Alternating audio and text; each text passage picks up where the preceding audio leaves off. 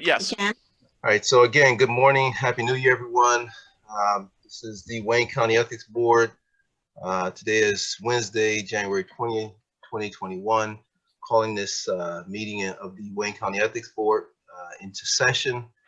We're now in session. Can we move to roll call? First item on our agenda, Ms. Lewis. Each member is acknowledging that they are attending the meeting via Zoom and that they are located in Wayne County, Michigan, unless otherwise stated when I call your name. Mr. Young. Present. Ms. Hamoud. Present, and I am in Florida. I live in Dearborn in Wayne County, but today I'm in Florida. What city in Florida? Fort Lauderdale. Thank you. Dr. Carnell?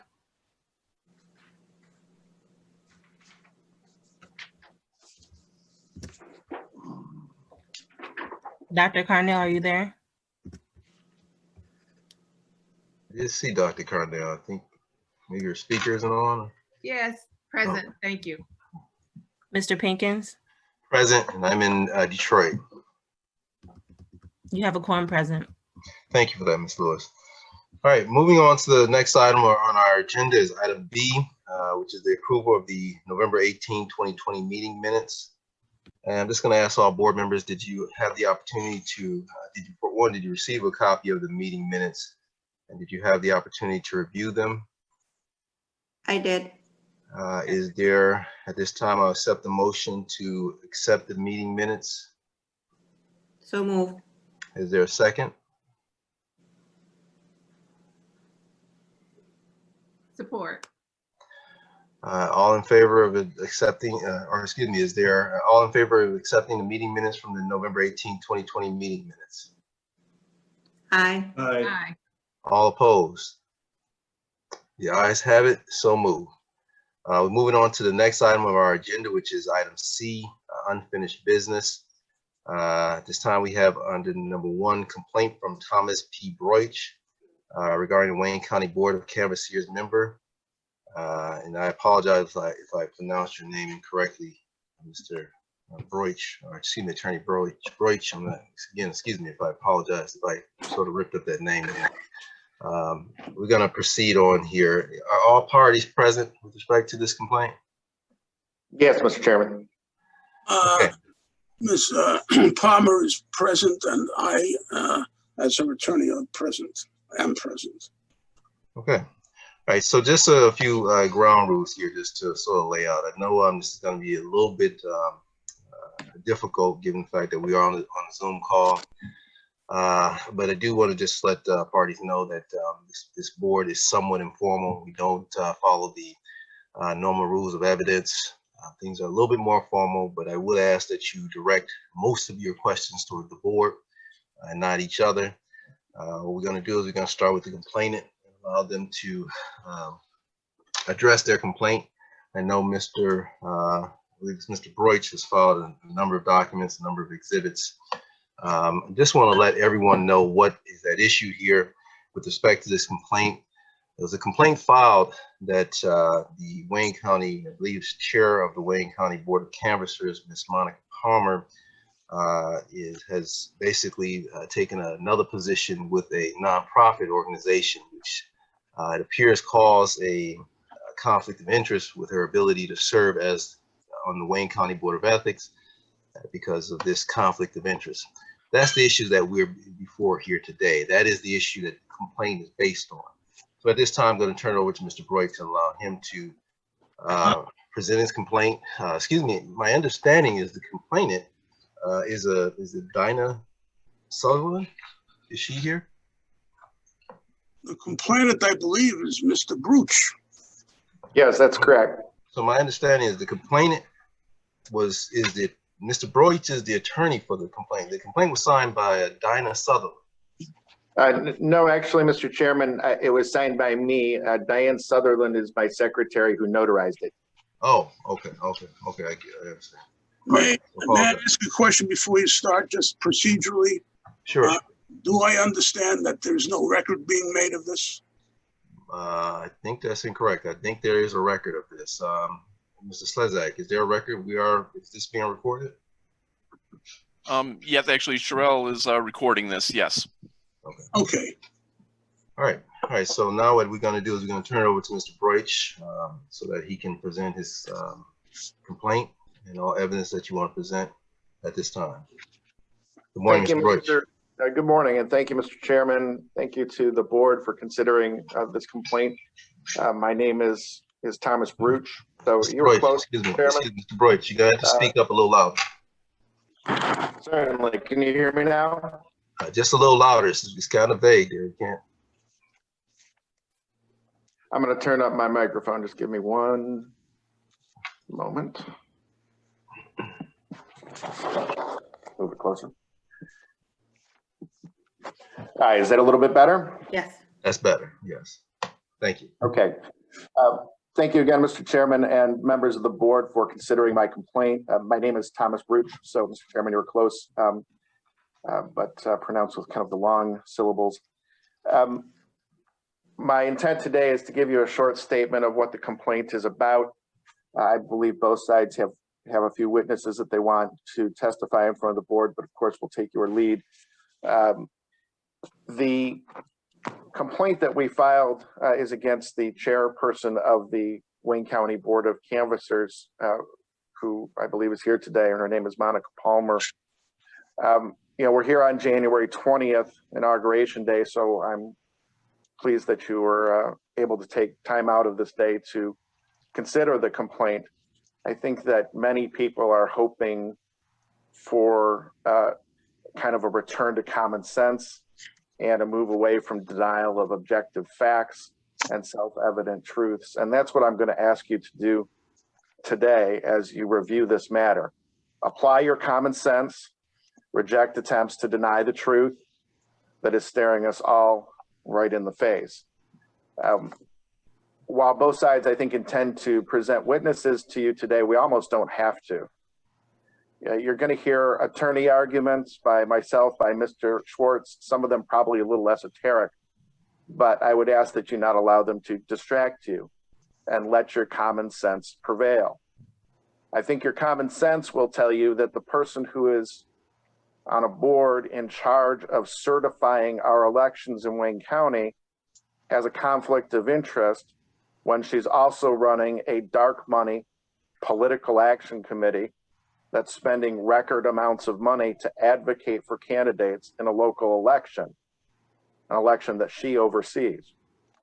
She has a large stake in that election, and as events showed, when you have a big stake in the game, it can lead to a failure to perform your public duties. Your common sense should tell you that when you put out ad after ad after ad in the local newspaper, you do mailings to households in the election community and make other campaign communications that all feature the same three candidates, the same themes, the same platforms, at a cost well beyond what's typically spent in such a race, that you're supporting those candidates and trying to get them elected. Now, this honorable body was created by the Wayne County Ethics Ordinance, a few pages of which I've reproduced as Exhibit A in your package. And that ordinance provides that public officials have an obligation to Wayne County citizens to maintain the highest ethical standards, requires public servants to be independent, impartial, and responsive to the citizens of Wayne County and not to some personal or private interest. And so I want to repeat those words: independent, impartial, and responsible to the citizens. And that's what Ms. Palmer was not. The drafters of the ordinance, of course, public servants themselves, as you are, recognize that there would be times when those public servants would be challenged and tugged between competing interests. And they wanted to make sure that the public prevailed over their personal interests. The ordinance defines a conflict of interest as a personal interest or a duty of loyalty to a third party that competes with or is adverse to a public servant's duty to the public interest in the exercise of their official duties. Now, this complaint is about a school board election and the conflicts involving the school board election. It's not about the presidential election or Ms. Palmer's actions when it came time to certify the votes of Wayne County and Detroit residents in that election. But what happened that day is a stark example of what happens when a public servant prioritizes personal interest over official duties. This complaint was filed before that canvass for the presidential election, but on a much smaller scale, it was something of a prediction of what a conflict of interest like this one could lead to. And this board is charged with eliminating such conflicts so that, in this case, the citizens of Wayne County can have faith that their votes will not be held hostage to the personal interests of officials with very obvious conflicts of interest. Now, Ms. Palmer has essentially raised two defenses to my complaint. One is rather technical. She claims that a member of the Board of Canvassers has no discretion in their duties, that her role is simply ministerial, and therefore she can't have a conflict because she can't do anything to impact an election. I think there are two answers to that. The first is, assuming she's right and she has no discretion, assuming her current position is right and she has no discretion, it doesn't really matter. The conflict still exists and can still operate to cause behavior that violates this ordinance. We all lived through the example of the presidential election. Though Ms. Palmer now has apparently decided that she has no discretion when it comes to voting to certify an election, when it came to the presidential election, she first voted against certifying, then changed her vote, then tried to change it again. Avoiding conflicts of interest that lead to this kind of behavior of acting against the law, acting against what is required, acting against the public interest is what the ordinance is trying to prevent. Second, as a matter of law, Ms. Palmer does have some discretion in her duties. Perhaps not in certifying elections, but that's not the only thing that canvassers do. They're also in charge of recounts. And if you look at Exhibit 2 in your package, I provided and highlighted some of the statutory obligations of canvassers or County Board of Canvassers members in performing recounts. For example, it's their job to investigate fraud in elections when there is a recount. And the Board of Canvassers' decisions on recounts are final. Now, the 2020 Board of Education race was very close. I put the election results in your package. Just fractions of percentage points separated winners from losers. Now, no recount was requested in that election, but had there been, Ms. Palmer, fresh from spending thousands of dollars to promote 3 candidates for Grosse Pointe School Board, would have been one of the persons in charge of the recount. Again, use your common sense. There's a conflict of interest there. Now, their second defense is more factual. They say that Ms. Palmer's group actually didn't support any candidates for school board. That is simply a denial of reality.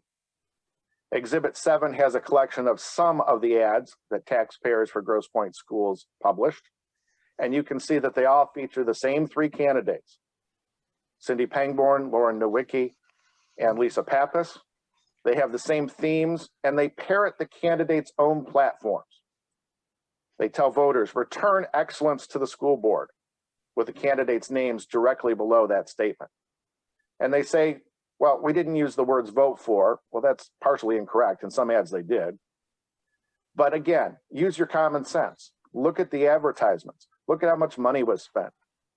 The truth there is self-evident. They were supporting candidates for an election that Ms. Palmer was in charge of overseeing. One last point.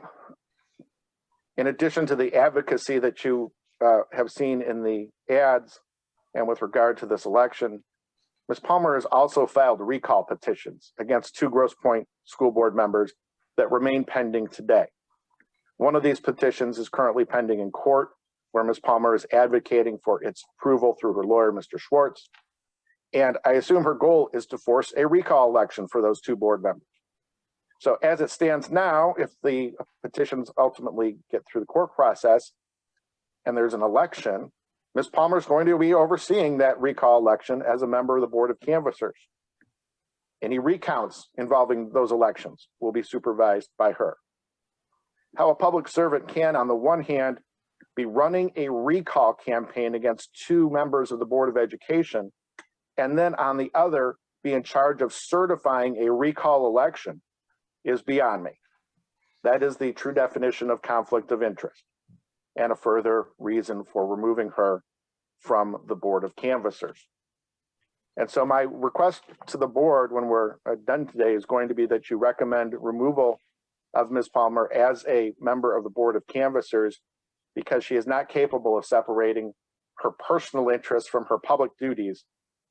Now, she has every right to carry on her political agenda, her political activities, advocacy, and a right to a belief in her opinions.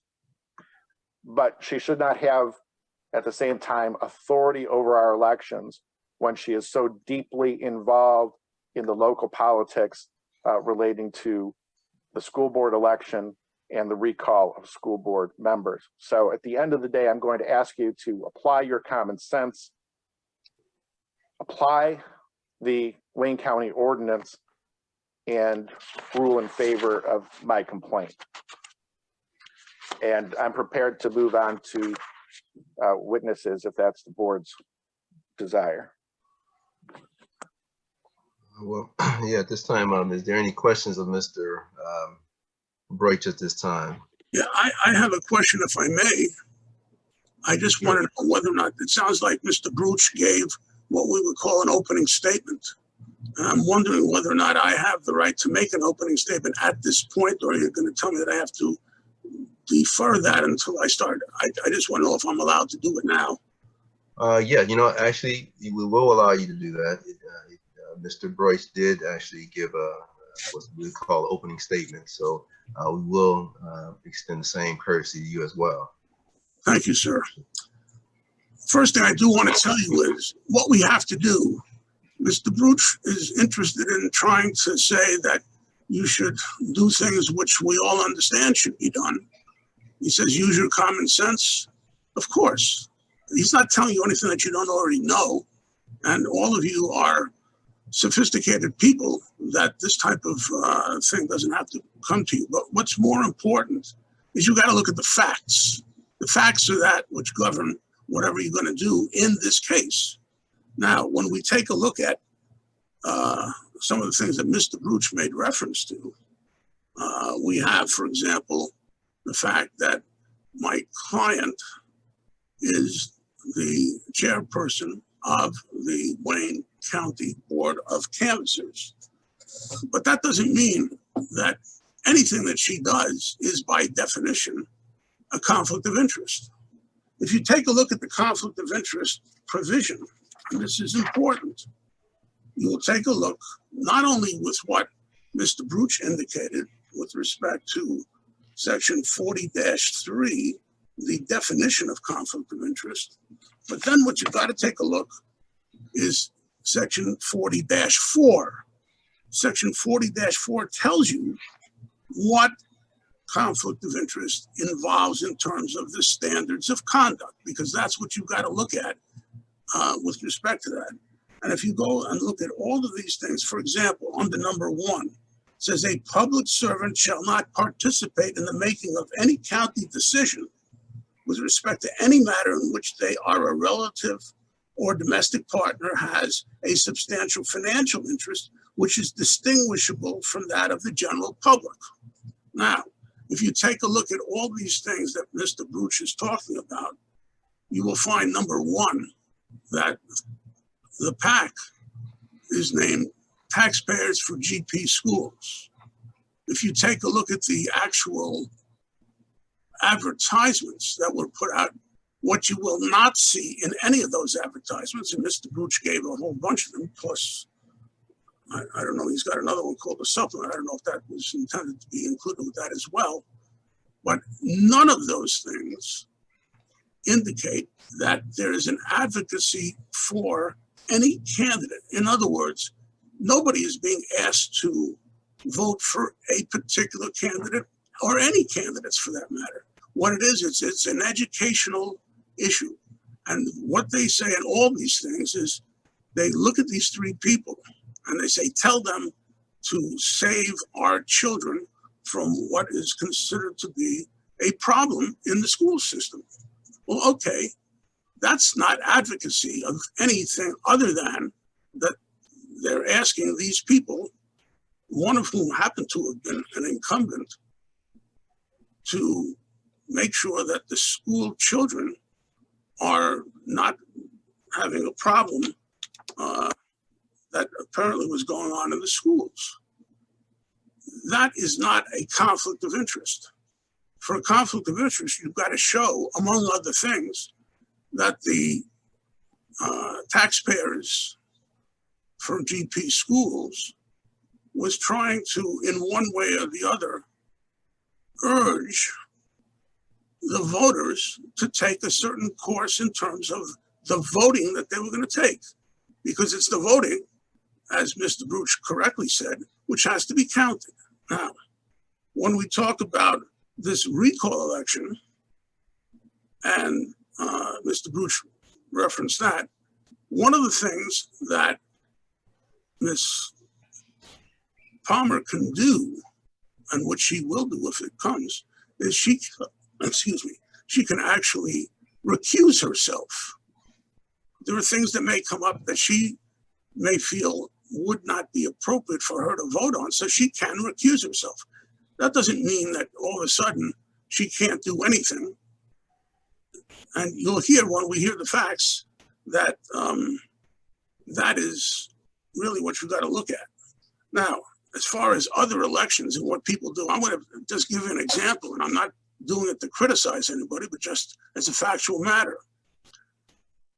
I believe, if I'm not mistaken, that the person who in Wayne County is overall responsible for the election and things that go on in the election is the Wayne County clerk. Now, the Wayne County clerk is elected to her position. I think that the Wayne County clerk, if she wanted to, could put out advertisements saying, vote for me. Or other people on her behalf can say, vote for her. Well, that's fine. She can recuse herself from her own election. That's perfectly fine. Ms. Palmer is not seeking anything to do which would make it impossible for her to be a diligent member of that board of canvassers. Also, the Secretary of State of this state. She controls the entire state in terms of voting. It goes and she deals with those issues. She also runs for election because that's another elective office. She also has the ability, and I haven't looked at it, but she has the ability, if she wanted to put out advertisements suggesting that she should be elected to that spot. She was elected to that spot. Other people, and I know because I've had something to do with some political matters, quite often you have others who will have a slate of people, including the names of the Wayne County clerk and the Secretary of State. And those things are being done to advocate on behalf of the election of the Wayne County clerk and Secretary of State. And I believe it's done with the knowledge of the Wayne County clerk and the Secretary of State. That doesn't mean the Wayne County clerk or the Secretary of State have to leave their office, because that's not true. So when you hear all these things, when Mr. Broch says, use your common sense, that's exactly what I'm asking you to do. Not only use your common sense, but also take a look at the provisions that exist in the ordinance 2014-734, because that's going to tell you, it's basically kind of like a roadmap that tells you what can and cannot happen in terms of your decision in this case. Finally, I want to say this, just to close the opening statement. My client has had a lot of publicity. Right now, there is somebody sitting in jail awaiting trial who had, because my client ended up doing something that she felt was proper, as long as Mr. Broch mentioned it, I'm going to mention it too. And you probably all know this because it was well publicized, not only in this city and not only in this state, but also nationally. My client was told by election officials that there were some irregularities that were going on in Wayne County in terms of the election for president, and perhaps others as well, other positions. And they told her that, and this is the term that they used, that the vote tabulation was not in balance. And what she did, so that we all understand, is she says, wait a minute, before we certify anything, there appears to be a problem. And she just wanted to make sure that that problem was, in fact, not something that would create an irregularity to the point where the vote tabulations would be improper to certify. And all she wanted to do was to do her job, just to make sure that when she saw what she saw and when she received the information that she did from election officials, that she would end up going ahead and then being able to certify it. Now, there was an initial decision by her not to certify it at that time for the sole purpose of finding out what was going on that was reported to her by election officials. Members of that board of canvassers are not potted plants. They don't just simply sit there and do nothing. If somebody tells them something, an election official, they have an absolute right, and I'm going to suggest an absolute duty, to find out what that is and then do what needs to be done. And that's what she did, as a result of which she was subject to all kinds of threats, not only to her, to kill her, but also to kill her family, her husband, and her young daughter. And the FBI had to go out, and they eventually apprehended the person who was doing this. And that's who's sitting in jail right now. So we've gotten ourselves way, this entire situation that's been going went way out of hand. Not because my client did anything, but because others decided that they wanted to do something nasty to her and make threats. And now we have this latest situation in which there's a complaint, which I will suggest to you is not well-founded at all. And I'm going to indicate to you that when we're done with everything and we hear everything, that you will find that there's insufficient evidence to warrant doing anything other than dismissing this complaint. Thank you. Mr. Schwartz, this is Avery Williams. Just for the record, so that we close the loop, please introduce yourself and who you're representing. You didn't do that before you started. Oh, I'm sorry. My name is Michael Allen Schwartz. I am the attorney for Monica Palmer, who is the respondent in this case. Thank you for that. Okay, all right, back to you, Mr. Broch. At this time, we're going to allow you to finish up with your portion of the complaint. If you wish to introduce any witnesses, we're going to give you time to do so. Mr. Chairman. Yes. Mr. Chairman, may I ask a question before we start? Yes, Mr. Young. Yeah, thank you. Just so that I understand, I read Mr. Broch's complaint and Mr. Schwartz's response. And my understanding is that the matter before us today would be centered on the complaint, which I understand to be two violations of the Wayne County Ethics Ordinance as it relates to two sections. One is the conflict of interest, as Mr. Broch talked about, and also incompatibility of offices. That is my understanding what we as a group will be reviewing today. So I would assume that the testimony that's being offered in the documents, I understand peripheral information needs to come in and like some background once in a while, but unless I'm missing something, those are the two matters that we're considering today. Is my understanding correct? And you are correct, Mr. Young. And I just want to make sure that Mr. Broch, and both Mr. Broch and Mr. Schwartz, I gave you a little bit of levity there to just go a little bit and to touch on these issues as it relate to your complaint.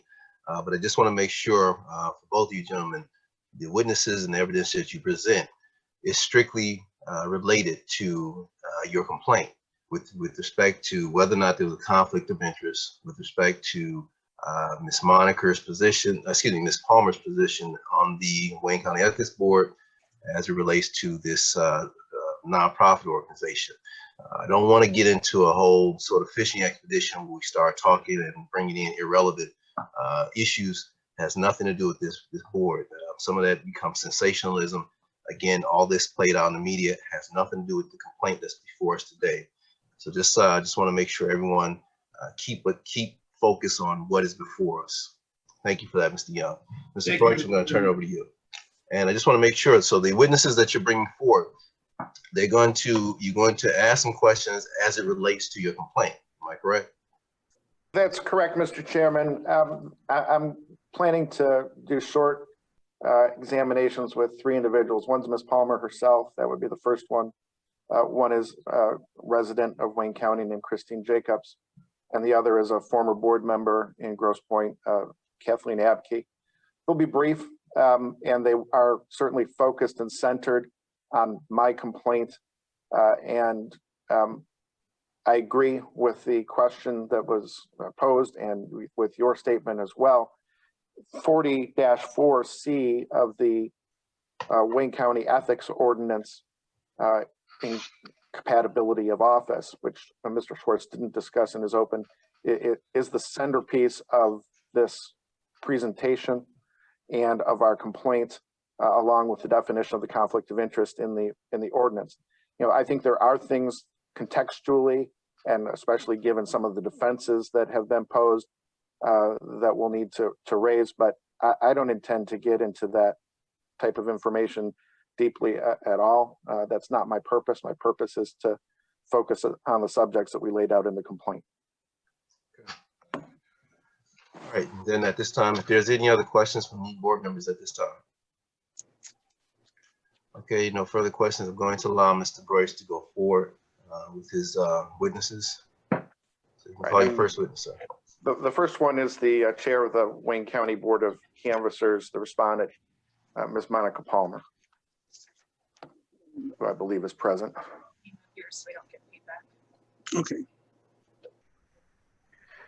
And for the ease of everyone, there may be times when I want to share a screen. If I don't know if that function's been enabled for me or not, but I would ask for the opportunity to do that if need be. Sure. Ms. Lewis, do we have that function and capability? Yes, he's able to share his screen. Okay, thank you. Thank you, Ms. Lewis. Thank you, Mr. Chairman. Good morning, Ms. Palmer. Can you hear me? Yes, I can hear you. Good morning. Good. It sounds like we have a little bit of feedback in your connection. I want to just talk about your kind of understandings as to conflicts of interest in your role as chair of the Wayne County Board of Canvassers. You are currently in that role as chair of the Wayne County Board of Canvassers, is that right? Yes, I am currently the chair of the Wayne County Board of Canvassers. And you're also head of a group called Taxpayers for Grosse Pointe Schools, is that right? I am the president of the 501c4 Taxpayers for Grosse Pointe Schools. What's a 501c4 as you understand it? 501c4 is a nonprofit educational organization with a mission to educate taxpayers of Grosse Pointe in issues regarding the school. Other than advertisements and communications featuring 3 candidates for Grosse Pointe School Board, what other programs has the 501c4 sponsored or funded? We have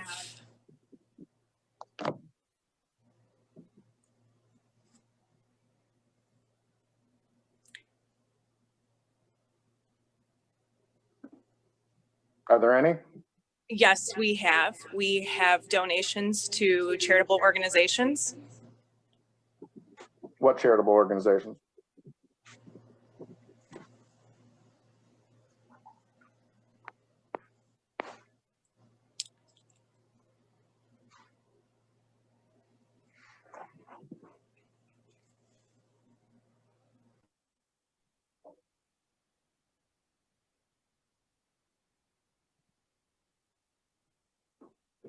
I don't know whether or not this is relevant. I'm going to object to this because whoever they give the money to, the question is not whether or not taxpayers should be subject to some kind of decision by this board. The question is whether or not Ms. Palmer should be. So I don't think this is relevant. Well, I think that the makeup and the nature of this organization, if you're going to claim, if they're going to claim, Mr. Chairman, that this organization is some educational entity that doesn't advocate for the election of the candidates, then I think we're allowed to probe just what educational activities they do other than putting ads in the paper right before elections advocating the election of 3 people. If there is anything else, she can tell us that there is, or if there are charitable contributions and they're made to political organizations, then we should know that. If they're made for real charitable purposes, maybe that would support her, but she can answer the question. Yeah, I'm allowed to a certain degree. Yeah, I think she doesn't have to go into every donor or what have you. It can have some basis and relevancy as to what her organization does with respect to your complaint that she's head of this organization. So I'll allow it to a certain degree. Ms. Palmer.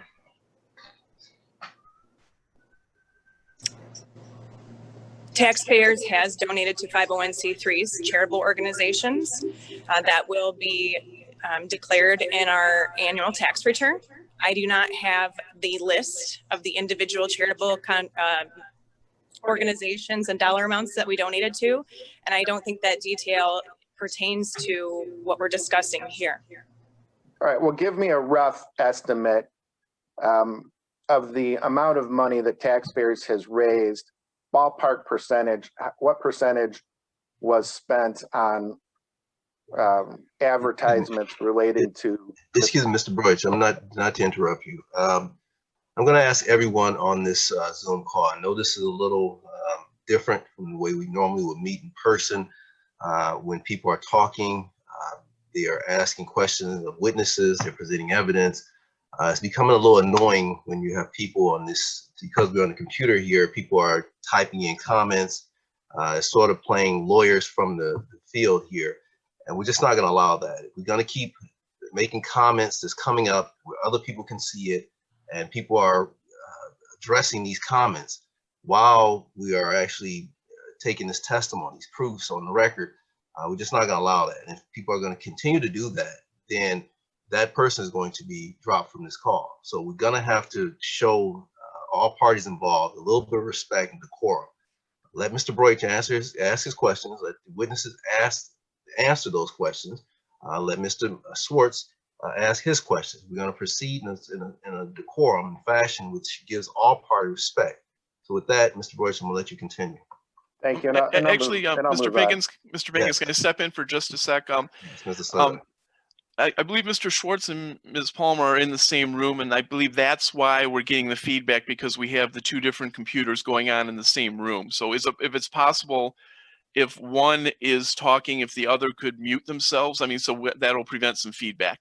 I will mute myself because I'm not the one who's giving the testimony. Okay. Just want to make sure that we're not seeing comments on the screen. People are not giving their comments, whatever their opinions are. We don't want to hear that right now. We don't want to see that. We listen to Mr. Broch and question Ms. Palmer, this witness at this time. Thank you so much. Now you continue, Mr. Broch. Thank you, Mr. Chairman. Ms. Palmer, you're also an officer in the 14th Congressional District Republican Committee, is that right? Yes. And there was a press conference that you participated in after the canvass and certification process out at your lawyer's parking lot, I believe. You remember that? Yes. And one of the questions you were asked at that press conference was related to a potential conflict of interest with the congressional district wanting to send a letter to the state legislature asking them to certify an alternate slate of candidates, correct? That was asked of you? I believe there was a question regarding that, yes. Right, and your answer was that you didn't believe, given your position on the Wayne County Board of Canvassers, that you could participate in the 14th Congressional District's effort, even though you're a member of that group, right? I chose not to participate. Considering the massive controversy, I chose not to be part of that committee's discussion. Right, and what you told the assembled media that day was that it was given your position as a member of the Wayne County Board of Canvassers that you could not participate in that. That's what you told them, right? I would have to go back to the video to see if I used the word could not or didn't want to. Okay, so in your mind, would signing such a letter advocating for the appointment of an alternative slate, would that be a conflict of interest in your role with Board of Canvassers supervising elections? Well, you didn't ask me if I agreed with it. No, I didn't. I asked you if it was a conflict of interest in your mind. I kind of want to know where your lines are, or if there are any lines.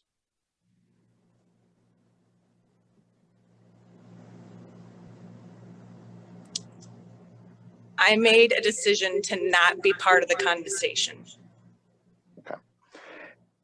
And so you acknowledged, at least at the time, maybe you don't want to now, but at least at the time you acknowledged that there are political activities that can conflict with your role as a member of the Board of Canvassers.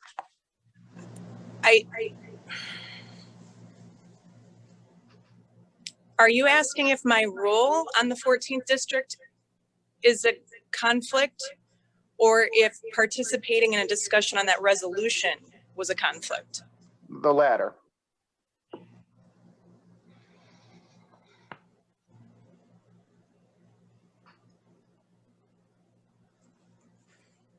I didn't even want to take part in the conversation. Now, your attorney in his statement tried to differentiate, or maybe not, maybe that's the wrong word, tried to lump you in, I guess is a better way to put it, with the Secretary of State and the Wayne County Clerk in terms of their participation in the election process. Now, does the county clerk certify election results? No, the county clerk does not. Okay. Does the county clerk handle recounts?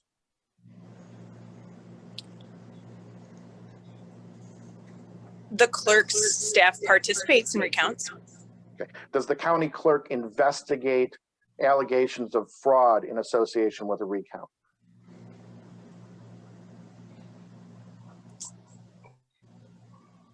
I don't believe the county clerk does, but the Secretary of State does, has the authority to.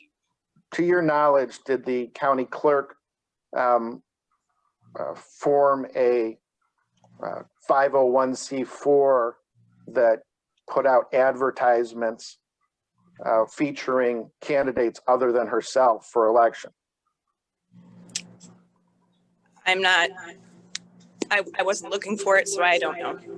To your knowledge, did Jocelyn Benson, the Secretary of State, form a 501c4 political action committee to support or feature candidates other than herself for election? I don't know. I want to know a little bit more about Taxpayers for Grosse Pointe Schools. In the run-up to the November 2020 election, Taxpayers for Grosse Pointe Schools did place ads in at least 2 local Grosse Pointe newspapers. Is that correct? That is correct. And how many ads were placed?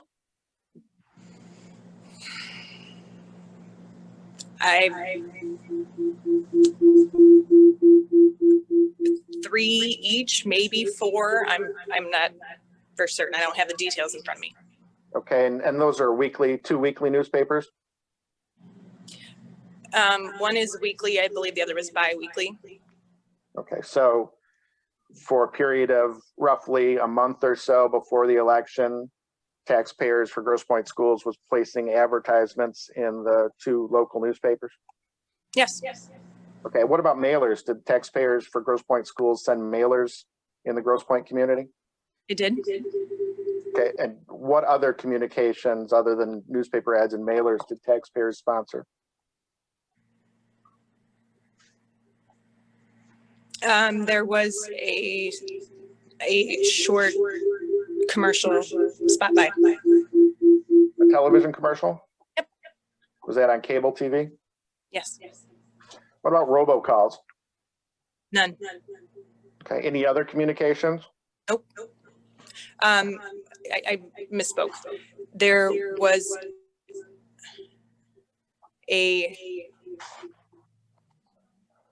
I believe we did do a small internet ad. Like on Facebook? I worked with a vendor. I'm not sure which platforms they were on. What vendor did you work with?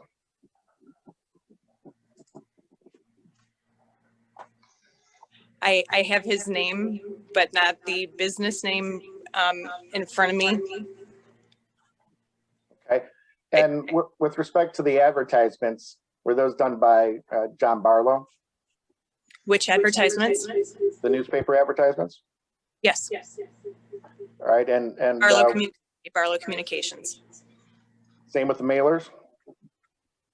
Yes. How much money did taxpayers for Grosse Pointe Schools spend on these communications, the ads, the mailers, the TV commercial, the internet advertising? Excuse me, I object because at this point. Yeah, hang on, my call mute. We'll allow Mr. Broich your objection is to.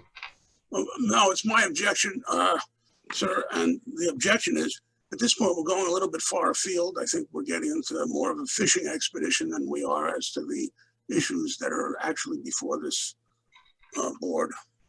And the chair is going to agree at this point. Mr. Broich, can you sort of get to your point here? Because we don't want to get into a fishing expedition. It does sound a little bit like you're just gathering information at this point. We want to get to the issue of your complaint. Yeah, absolutely, and I respect your view on that, Mr. Chairman.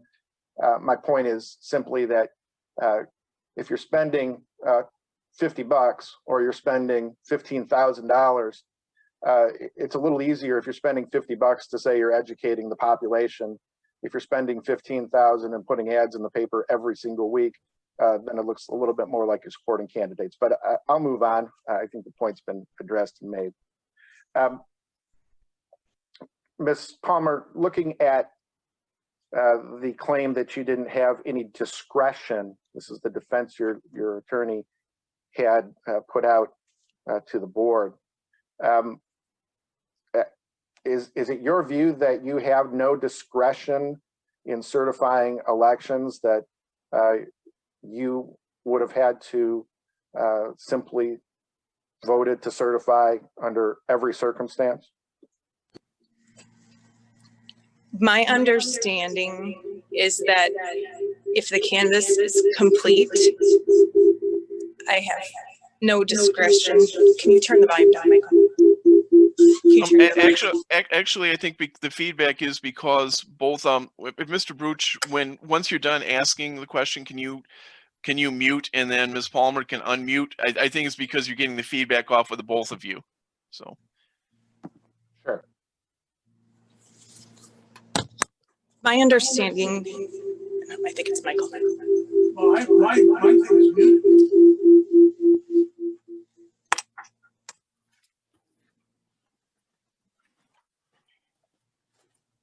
My understanding is that if the canvas is complete, I have no discretion. I have to certify. But the documentation that I was not provided with, the information that I did not have, I did not believe that the canvas was complete. That is why I voted no, to give the state the additional 10 days to finish getting the information I believed that we didn't have at the time. If the canvas had the precincts balanced or the imbalanced all were explained, then I would have had to vote yes to the certification. But we didn't have explanations. So if I long understand, question, long answer to your question. No, I don't believe I have discretion, but that I don't want you to backstep into my no vote because the canvas, in my opinion, wasn't complete. okay, so if you believe, if your opinion as the person trying to or in charge of certifying the election is that the canvas is not complete, that there are some circumstances that you believe make it incomplete, then you believe that you do have the discretion to vote no.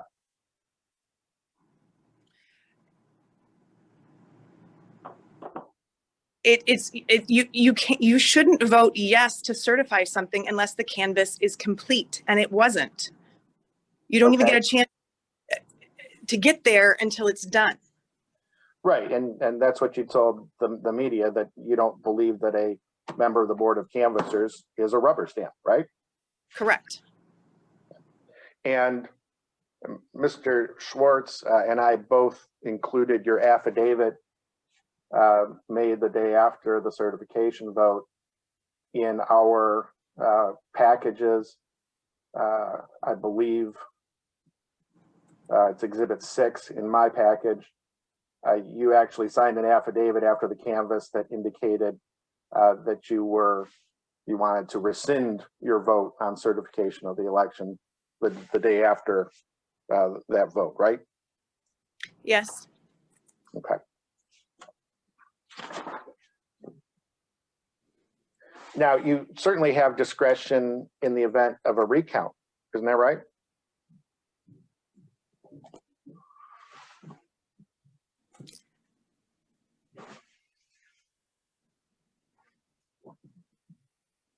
I don't believe so.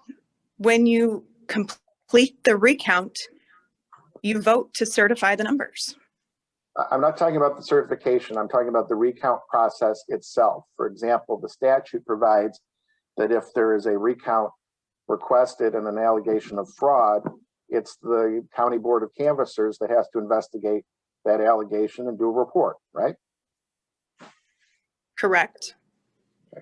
And so investigation means you're going to go look at the facts and you're going to come up with an opinion and you're going to provide a report, right?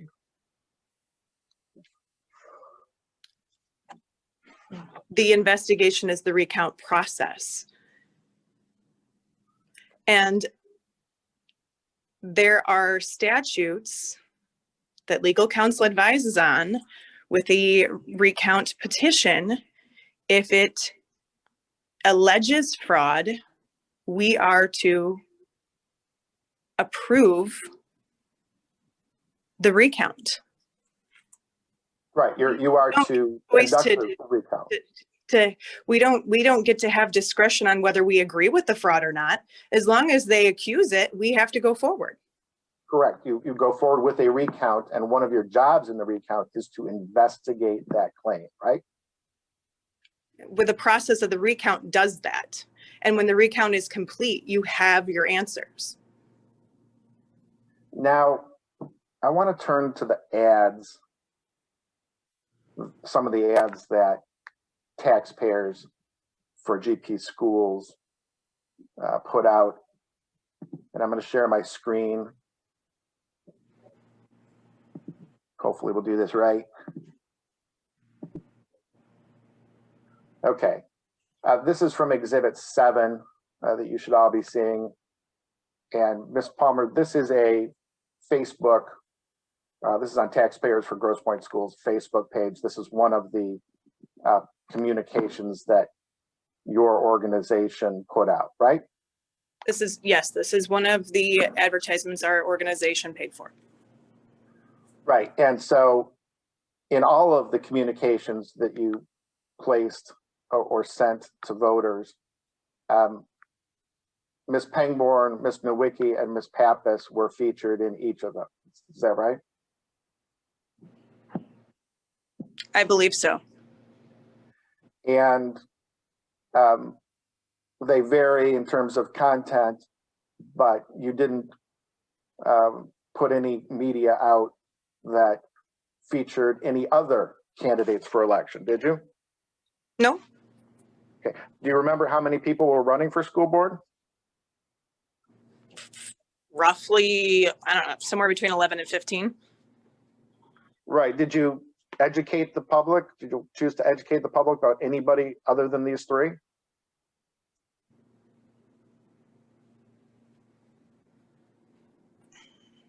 No, Why not?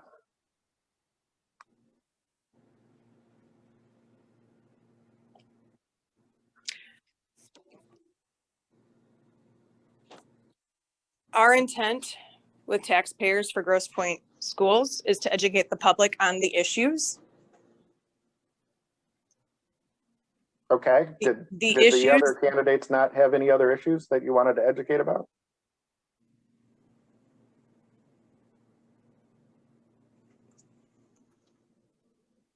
they're,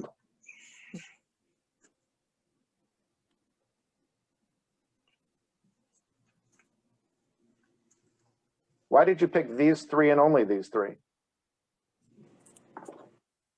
their platforms align with the issues that we were educating on.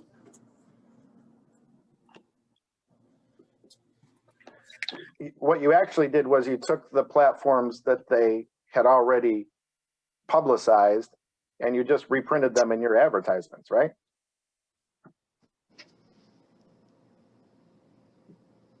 We have our advertisements for education. We did include the platform of these candidates on that same advertisement. That is not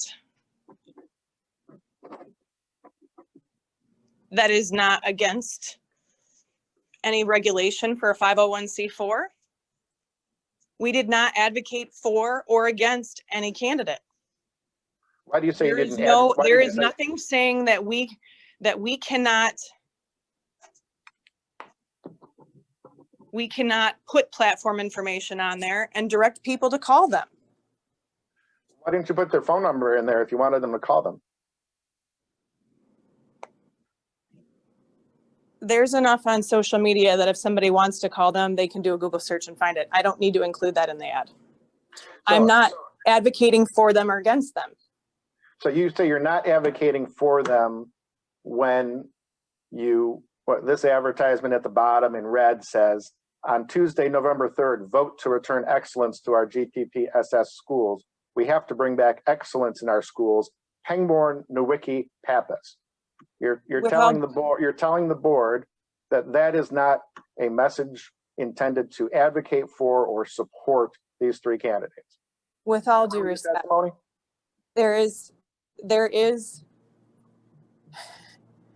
there are rules and regulations for a 50c4. And taxpayers for Grosse Pointe did not violate any of those. We did not use any terminology to advocate for or against any candidate. Why? Because you didn't use the word vote for? Correct, or support, or any of the other words that are specifically not allowed to be used by 501c4s. Okay. And I guess I'm trying to get at this in the real world, okay? Not as, walking a fine line on campaign finance law. Was the intent of taxpayers for Grosse Pointe schools to spend money and publish advertisements and other communications to influence voters to favorably consider these three candidates? No, it's to educate the community on the issues with the school. Educate the community on what issues? I'm sorry? Educate the community on what issues? They're what they stand for in their voting platforms? The damage caused by reconfiguration, curriculum concerns. Read the advertisements, the issues are on there. Okay, I want to share if I can figure out how to do this. I'm going to share a different screen.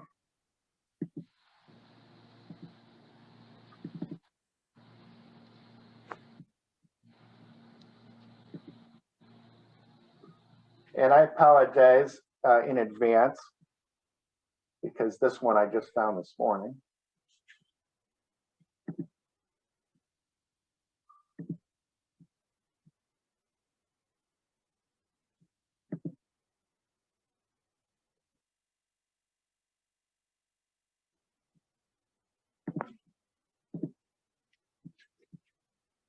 All right, we have a different ad from the Grosse Pointe News up this time. Same kind of theme though, and featuring Pangbourne, Nowicki, and Pappas.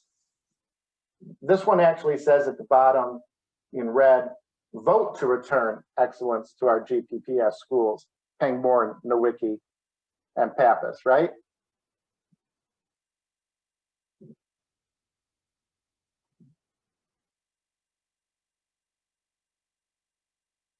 Does it say that, Ms. Palmer?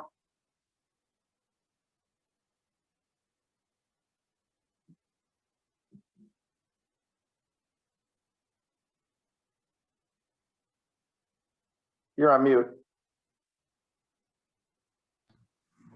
It says vote on November 3rd, vote to return excellence to Grosse Pointe schools. Yes, but it does not say to vote for the candidates. What excellence were you trying to vote for to return excellence to Grosse Pointe schools? What did you want them to vote for? How are you defining excellence in this ad?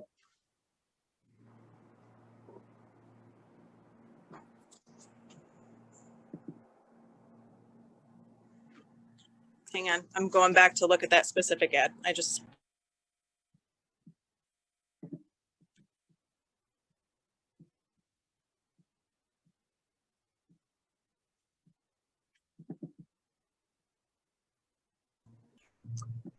Mr. Broch, can you put your ad back up, because my client wants to see it so that she can respond to your question.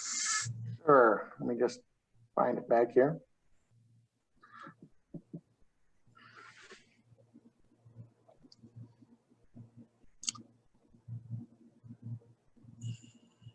By the way, Mr. Broch, this doesn't look like it's a full screen, because there's more to it on top. If you could have the full See if screen. I can enlarge it.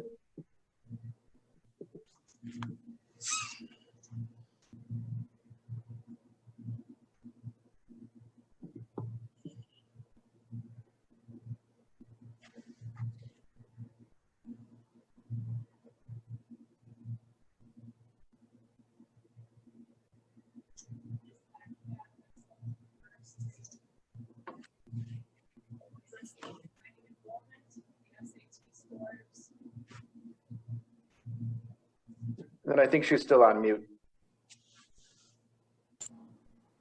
In this ad, returning excellence to our Grosse Pointe school, fixing the declining enrollment and the drop in the SAT scores.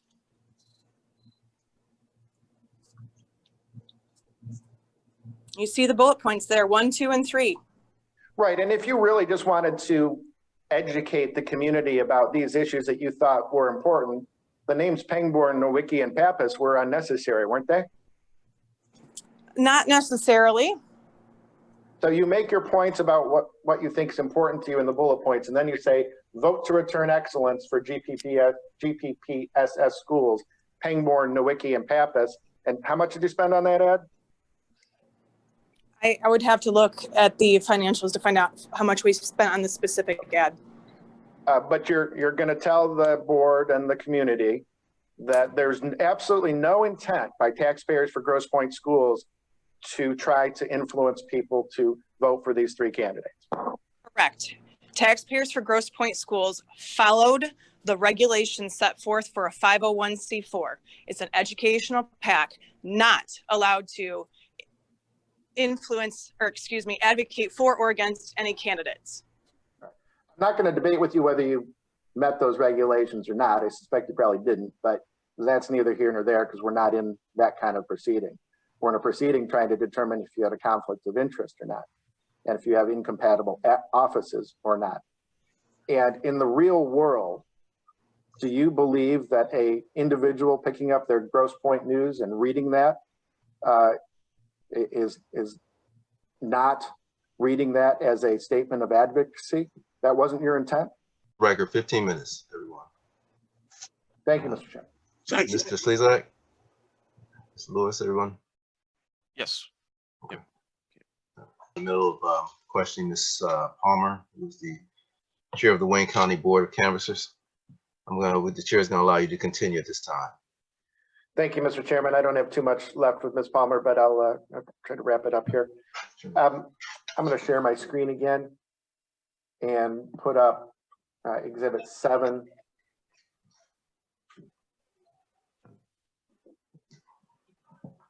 Bear with me. All right, Ms. Palmer, can you hear me? Yes. Okay. So what I've put on the screen is the first advertisement that we had looked at earlier from Exhibit 7 from Facebook. I'm just going to run through a couple of these really quickly, just so we can verify for the board that these are your group's ads. So we have this first one, with the heading, Fix Our Grosse Pointe Schools from Facebook. You've already talked about that one. This next one also from Facebook, again, with the heading, Fix Our Grosse Pointe Schools. That's also a Taxpayers for GP Schools ad, right? Yes. Okay. This one, as I scroll through it, I believe is actually a mailer that your organization sent out in the community. Is that right? Yep. Okay. And this one, again, has that same tagline, Fix the School System, similar tagline, right? Yep. Okay. This next page also a mailer, or perhaps the reverse side of the same mailer, Fix Our Grosse Pointe School System, featuring Ms. Pangborn, Ms. Nowicki, Ms. Pappas, paid for and distributed by your organization, right? Yep. Okay. This one's from the newspaper. I think this is actually from my copy of the newspaper. Very similar to your mailer, Fix Our Grosse Pointe School System, paid for by Taxpayers for GP Schools, right? Yes. All right, next page, just another example, right? Fix Our Grosse Pointe School System, paid for by Taxpayers for GP Schools? Yes. Okay, and that's the last one. That tagline, Fix Our Schools or Fix Our GP Schools, the variant of it, where did that come from? Who thought of that?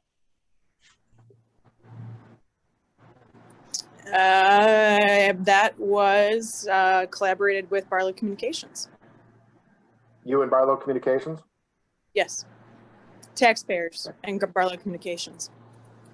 Okay, I'm going to share my screen again and show you another ad. This is actually from my supplemental Exhibit 7. I'm going to show you the version that comes right out of the newspaper because I think I clipped the bottom of the one that I submitted as an exhibit. But let me share my screen. This is not one of your ads. Is that right? Correct.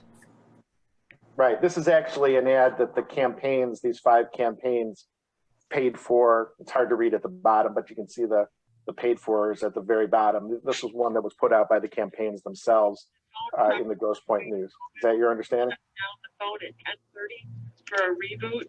So if you're on the phone at 10:30, you will lose your call. So please stay off the phone at 10:30, and it should be up in just a couple minutes after that. Thank you. Yeah, I know, I'm trying to fix this situation.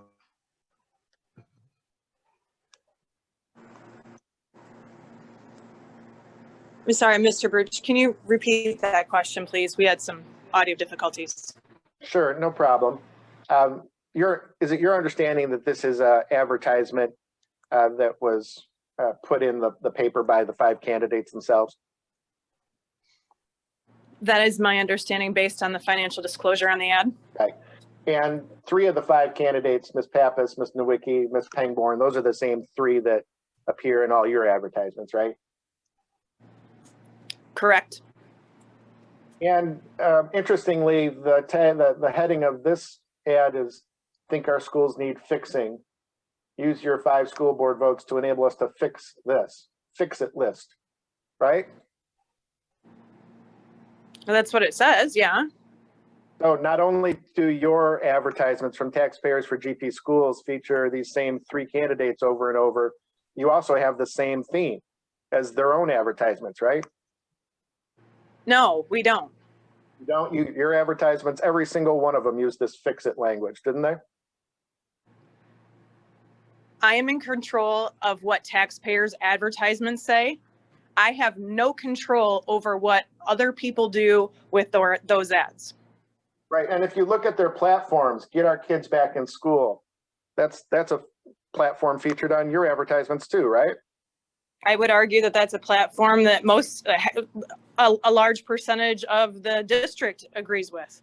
Reopen Popard and Trombley schools, that's on their ad and on your ad, right? It's on, yeah, it's on lots of places. Bring Back the Students We Lost, that featured in your advertisements as well, right?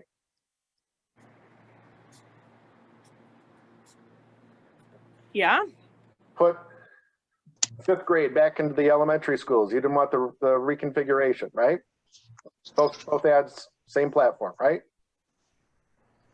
Yeah. So you have same 3 candidates, same theme, same voter platform. Excuse me, sir. I don't have the same. Let me finish, please. Across both spans of advertising. But you're not supporting these candidates. I have nothing to do with this ad. Followed the regulations for 501c4s and their educational pieces and included platform information for some candidates. It did not advocate for or against any candidate or issue. Your ads merely parrot the candidate ads, don't they?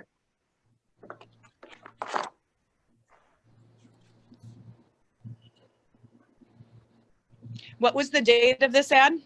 October 22nd. When? October 22nd, 2020. And did taxpayers' ads come out prior to this one? Actually, you have an with ad that in information on it? You have an ad in the same exact edition. Correct. But if taxpayers put out advertisements before this, which you're saying is a parallel ad, I would say it's a copied ad. And I can't control what other people do. So it's a coincidence, is your opinion.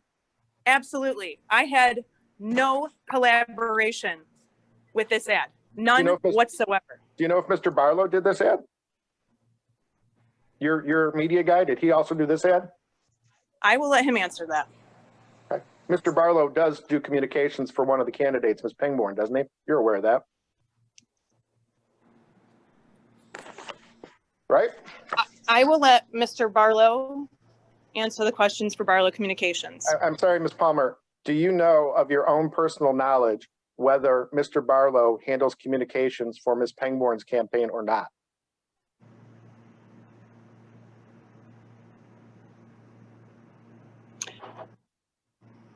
I do not know the extent of that relationship.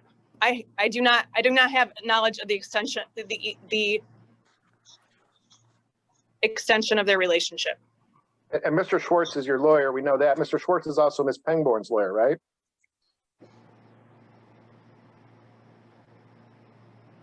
I will let Mr. Schwartz talk to his business relationships. So you've got the same candidates, the same themes, the same platforms, the same media guy, the same lawyer, but you're asking the board to believe that you didn't coordinate and you weren't supporting these candidates. That is correct. Taxpayers did not coordinate with this ad, and we did not advocate for or against any candidates. Okay. Last topic I want to cover with you. You prepared, signed, and filed 2 recall petitions against school board members of the Grosse Pointe Public Schools, Dr. Lee and Ms. Wirtz. Is that right? That is correct. And in fact, Mr. Schwartz also represents you as the lawyer on those recall petitions. Is that right? That is correct. And it's your intention that ultimately you want to have a recall election for those 2 board members. Is that right? If the community decides, I would have to get signatures first. Right. You're going to go out into the community and distribute petitions, and you're going to have to work hard to get several thousand signatures to put that on the ballot, right? Yes. Okay. And then if you're successful and the petitions, you get enough petitions, then there's going to be a recall election for Grosse Pointe Public School board members, Lee and Wirtz, right? That is correct. And you're still the chairman of the Grosse Pointe, I'm sorry, you're still the chairman of the Wayne County Board of Canvassers, charged with certifying elections, right? That is correct. And And if you if were, that all happens, let me finish, please. If that all happens, as a board member, I would inform the board. In fact, the board is already aware that I filed these recall petitions. If a recall election were to take place, I could recuse myself from that vote. And that would You be the could. appropriate thing to do. did you recuse yourself from certification of the vote in the November 2020 Grosse Pointe School Board election? No, because I didn't No, have thank you. anything to do with advocating for or against a candidate in that election. I have no further questions for the witness, Mr. Chairman. I don't know if you're going to let Mr. Schwartz question her now, or if I should move on to my next witness. Mr. Chairman, if I may, given the fact that I know it's an informal situation, but in typical situations, since I've named Ms. Palmer as a witness on her behalf, I would reserve the right to examine her after Mr. Broch is done with his witnesses.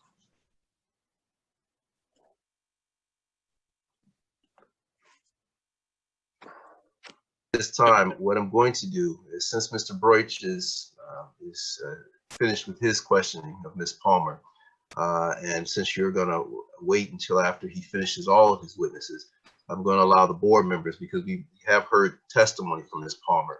I'm going to open it up to any board members who may have questions of her at this time. Ms. Palmer, are you still with us? Okay. At this time, does any board members have any questions of Ms. Palmer?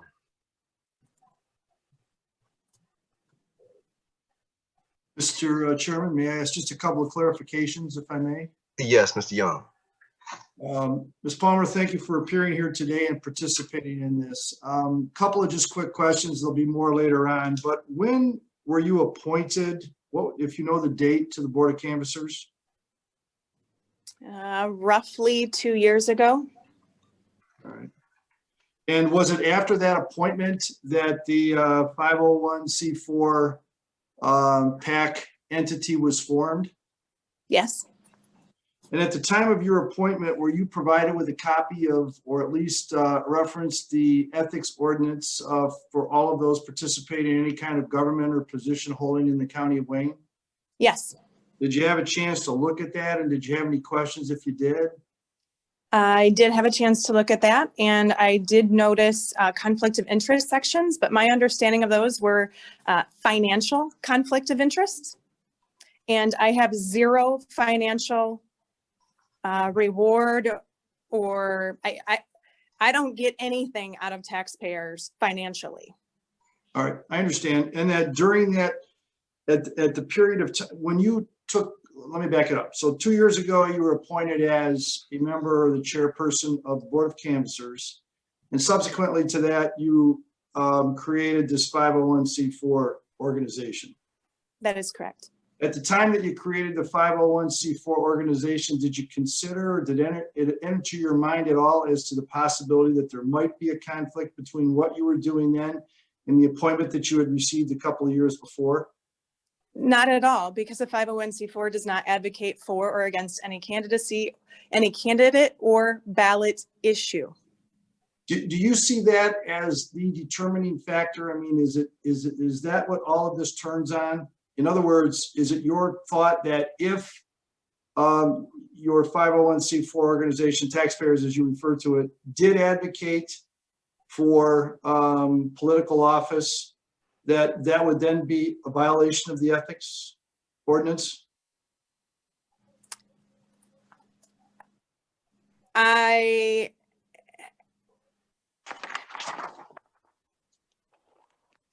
I would have to look at it at a different angle, to be honest with you. My intent was never to advocate for or against a candidate. So I didn't look at it that angle.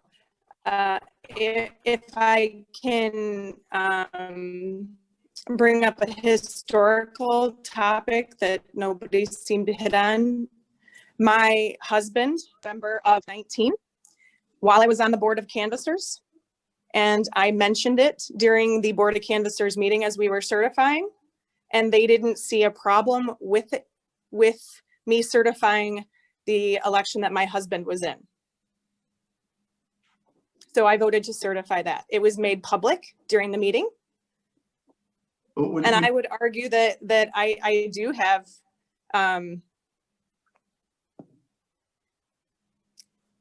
advocacy for my husband's election, and it wasn't an issue then. Okay, I agree that these things are difficult to maybe apply at times, and we go through this, and quite frankly, it's because it's in front of us, and the ethics board has had other moments of scratching our heads trying to interpret certain sections of this, and we do the best we can, as I think you do. I'm not suggesting at all that you intentionally violated anything. I mean, I don't know one way or another, but at the same time, we're left with what we have today. So I'm trying to understand if during this process, if at all it entered your mind that there might be a conflict of interest as to what you were doing as it relates to either one of those entities once you became a member of both. Not at all. And you didn't have any discussions with anybody about that or seek any advice?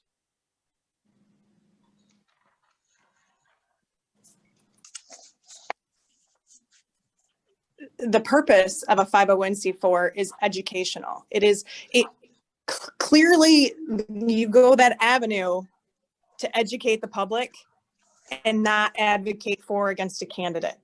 That was the intent. The intent was not to influence the outcome of the election.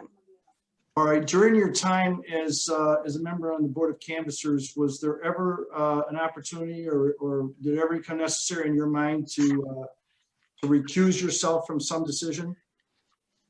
I offered to recuse myself from my husband's election, and the board decided that it was not necessary.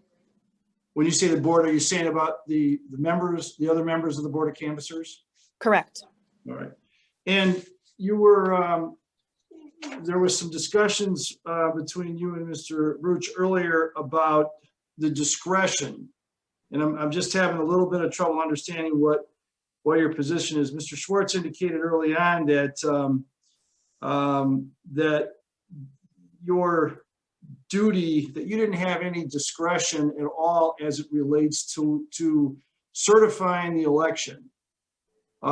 Yet he talked about, I think, at the time the certification came, that there was certain information brought to your attention that led you to hesitate or reconsider or revisit in your mind whether or not that was appropriate. What information was that?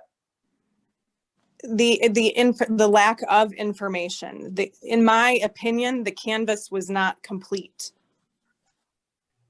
Was that something that you came to your own conclusion on, or was that as a result of information that was provided to you from some third party?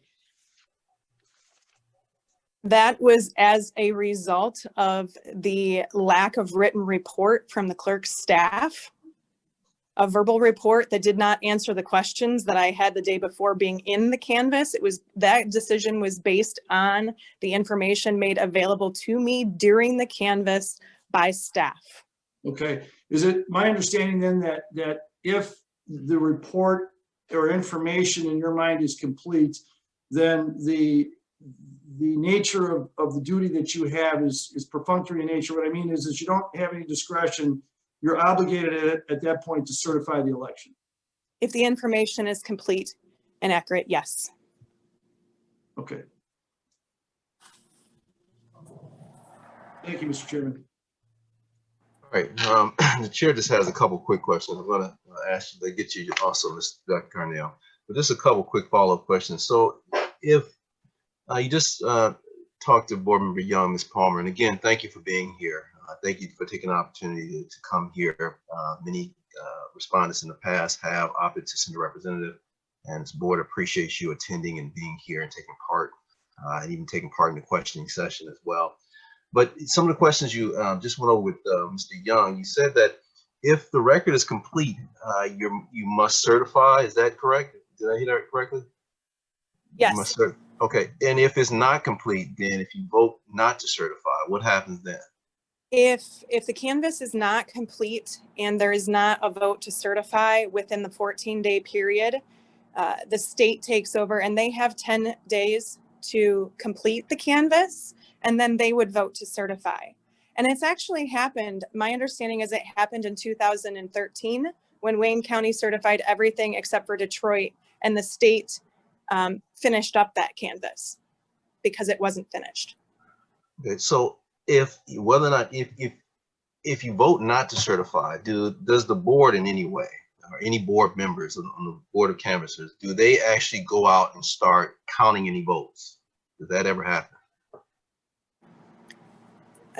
Can you repeat that question again? Or is part of your duties, is that to count the votes if the canvas is not accurate? The canvas process corrects mathematical errors during the canvas. Okay. Once the canvas is complete, the Board of Canvassers once that certification vote happens, the Board of Canvassers' job is done. It moves on to the state for certification, and we're hands off unless there are recall petitions filed.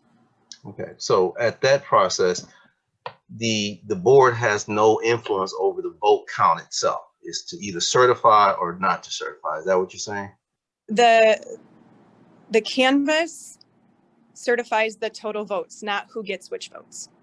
Okay, so the board has no way of counting any particular votes for any particular candidates. Is that correct? The Board of Canvassers does not recount within the canvas. Okay. So what are your official duties in a synopsis? What are your duties as a member of the Board of Canvassers? To correct any mathematical errors. So you're comparing the number of ballots cast from the poll book, the statement of voters, to the number of votes tallied, which is the number that comes out of the tabulation tape. If there's any discrepancies, which there normally are, spoiled ballots, those count for a difference between those two numbers. There should be notes in the poll book. If there's not, you work with the clerk to try to get an explanation on those differences, and you make mathematical corrections. When those mathematical corrections are all made, you have your answers, your canvas is done, and then you can vote to certify those corrected totals. Okay. So, for instance, the candidates that your nonprofit sent out these sort of advertisements for, if they were not to win, is there a possibility that the board could not certify if those candidates did not win? They cannot certify the votes in that city or town. Are you asking if the three candidates on the ads, if they lost, if I could choose to vote no on the certification? Yes. No, I could not choose to vote no.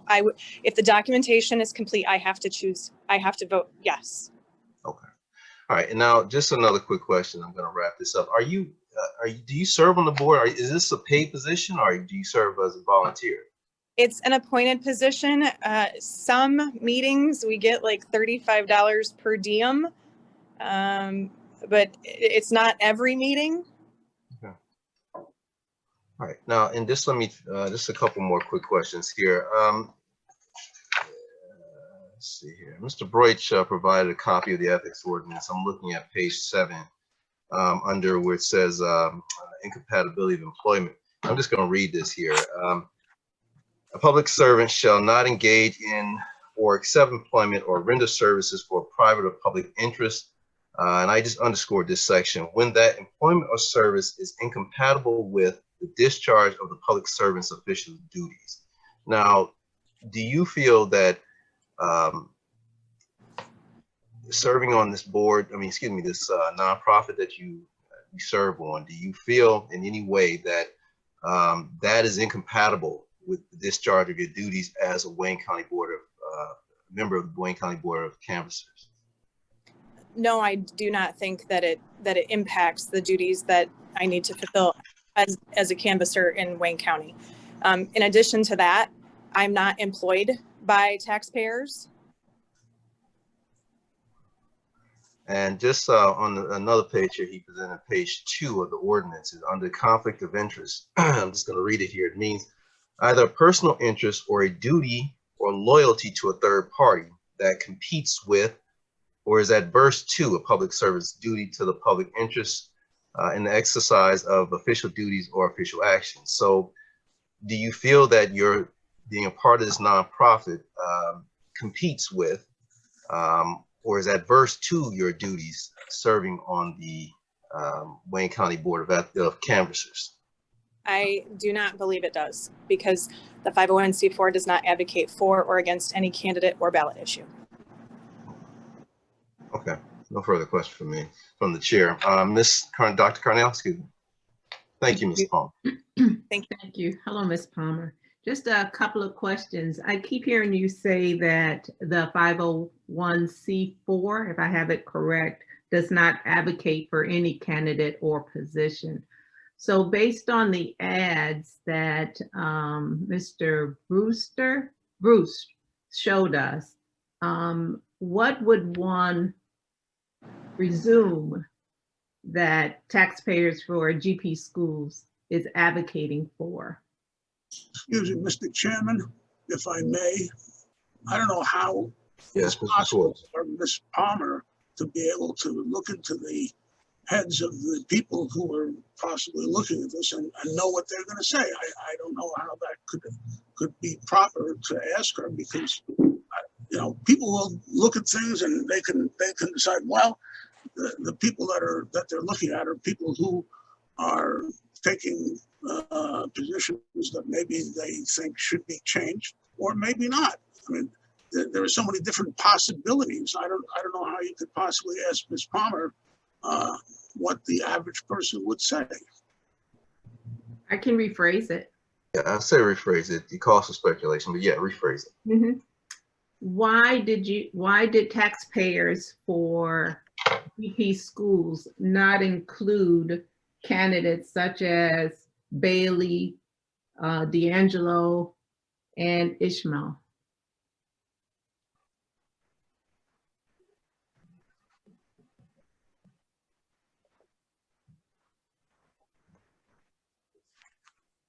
I think her mic is turned off.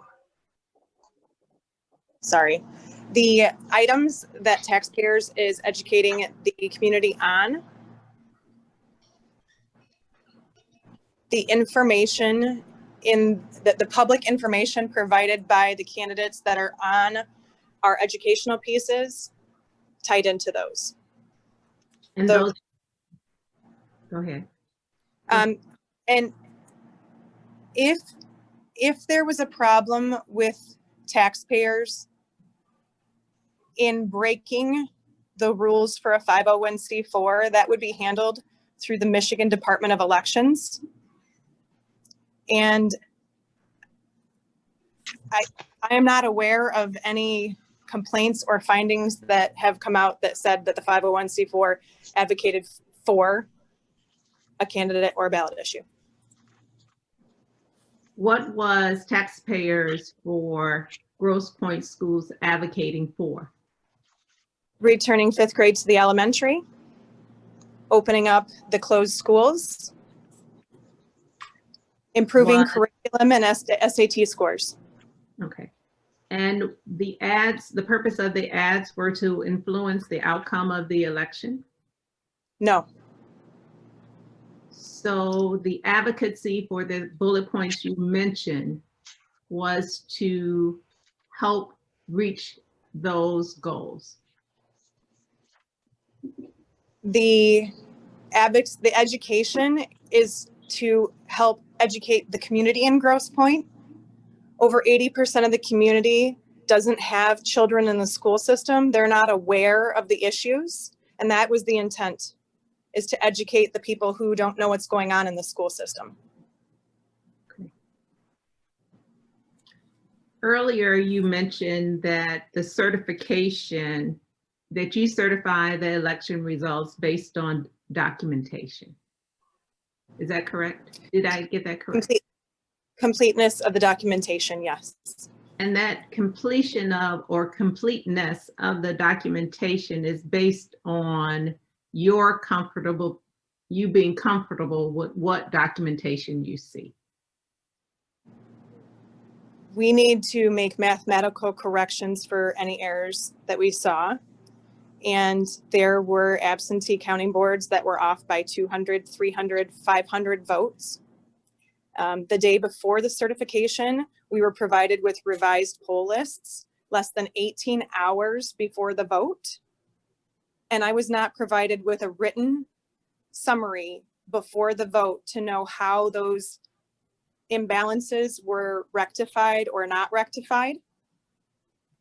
I was simply asking for an additional 10 days to get the documentation complete. So it's a judgment on your part on whether or not you need additional documentation to feel comfortable enough to certify the results.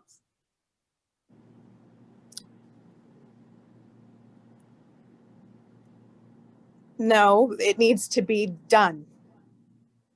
A verbal report of the number of precincts and absentee counting boards in Wayne County, a verbal report that says there are X plus or minus 5 or more, and there's no answer between did the one that was off by 200 get fixed. That's not complete. It's not done. In your opinion, or is there guidelines that dictate that?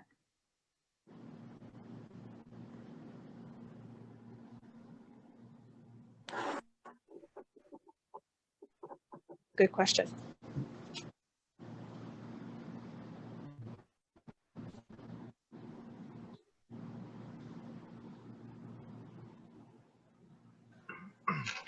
It's my understanding. Okay. And based on what? The Board of Canvassers manual. Okay. And so I'd like to see a copy of the Board of Canvassers manual. Okay. And if you can point me to that, that would be great. That's it for me. Thank you.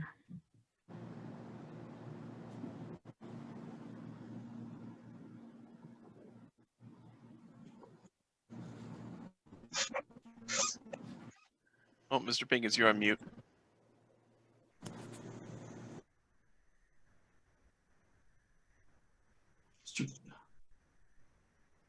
Oh, Mr. Pinkins, you're on mute. Excuse me, I'm sorry.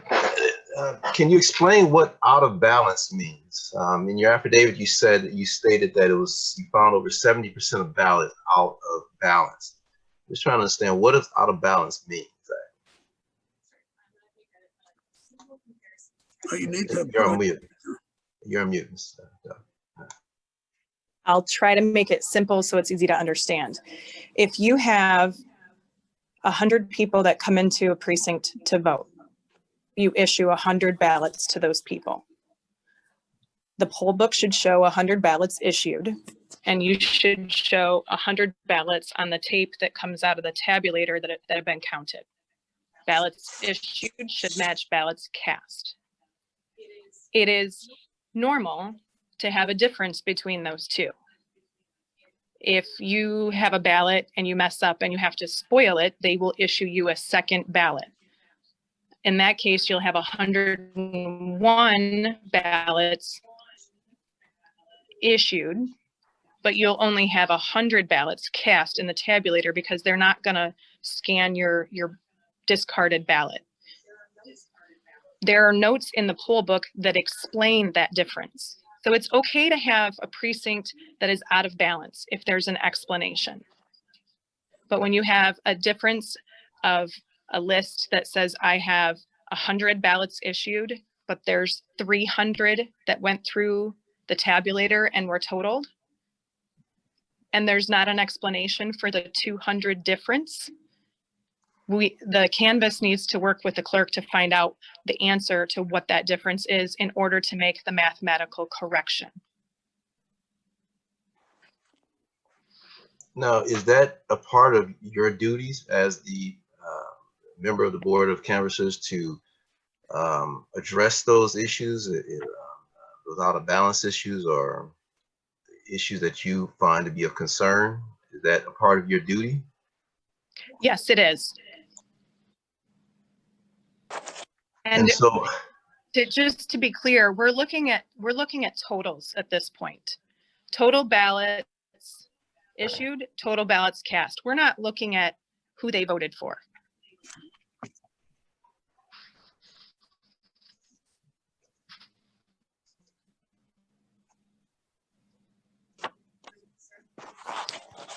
Oh, Mr. Pinkins, you're on mute. Are you again. on mute, sir?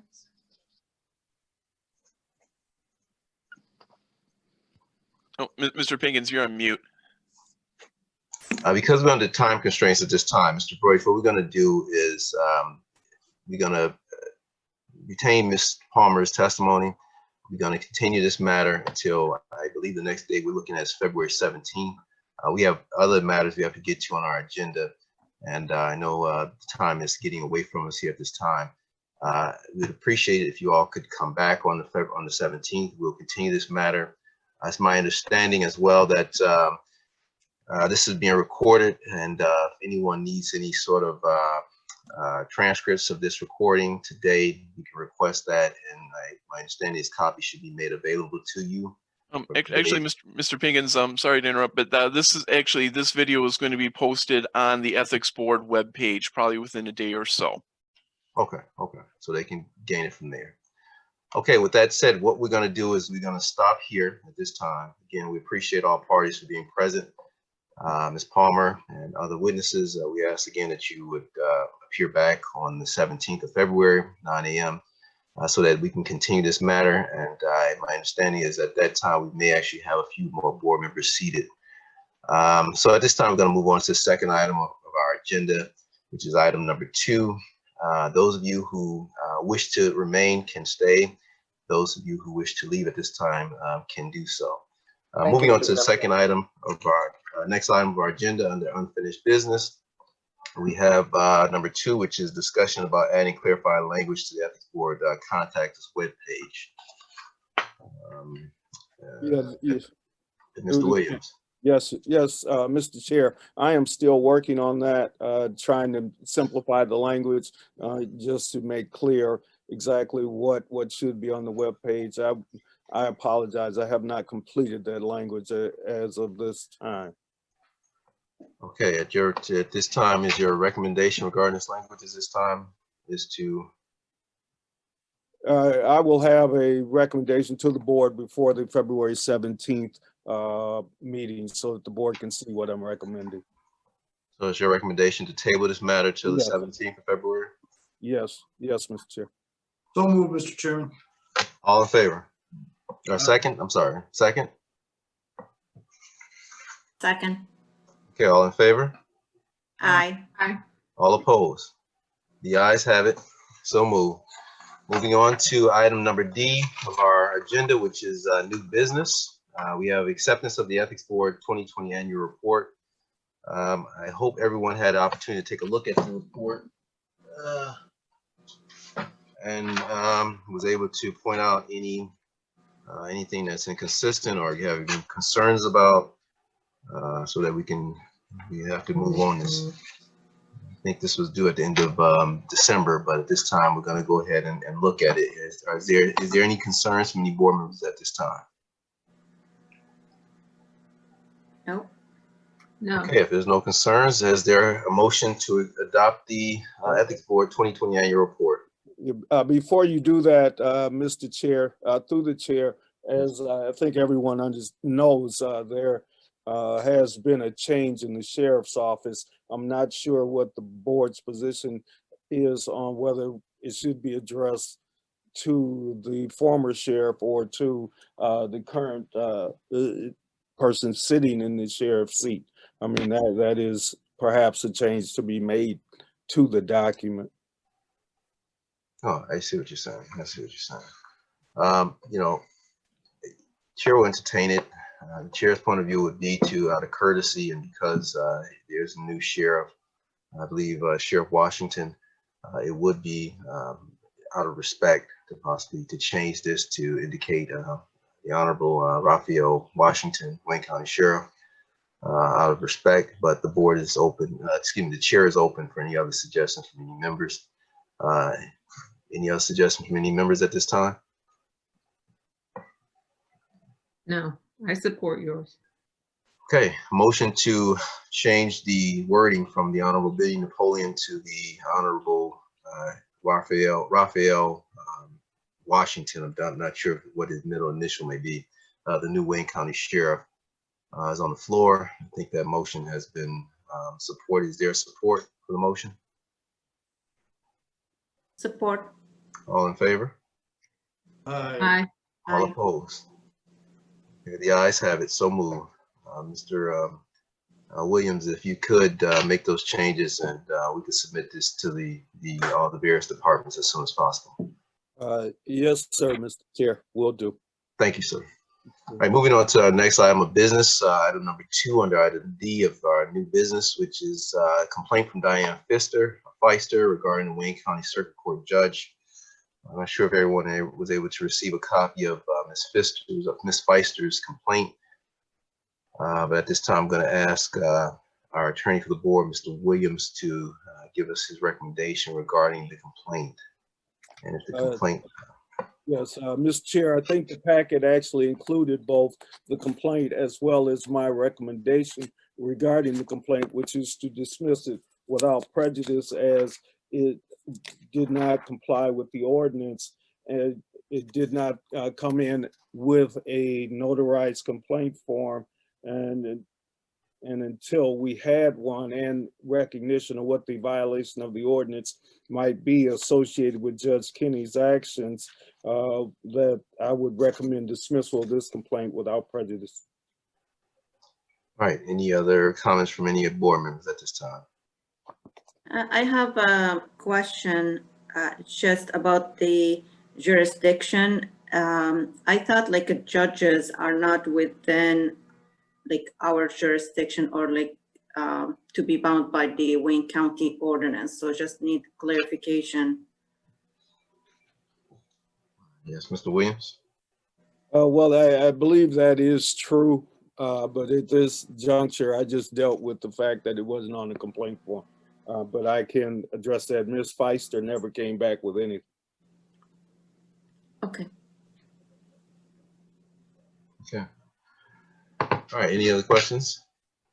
Okay, the motion is to adopt the recommendation of Mr. Williams that we dismiss this complaint without prejudice at this time. Is there support for the motion? So I guess based on like the answer, should we dismiss it without prejudice or would like just dismiss it since we don't have jurisdiction? So just thought for the recommendation by Mr. Williams.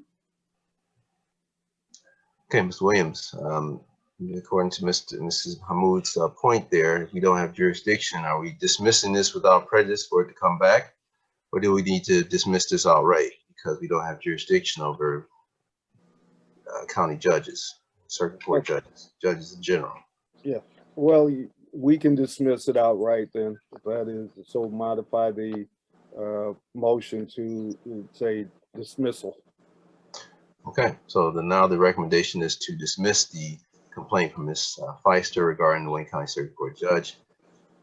Is there a support for the motion to dismiss the complaint outright? So moved. Is there a second? Support.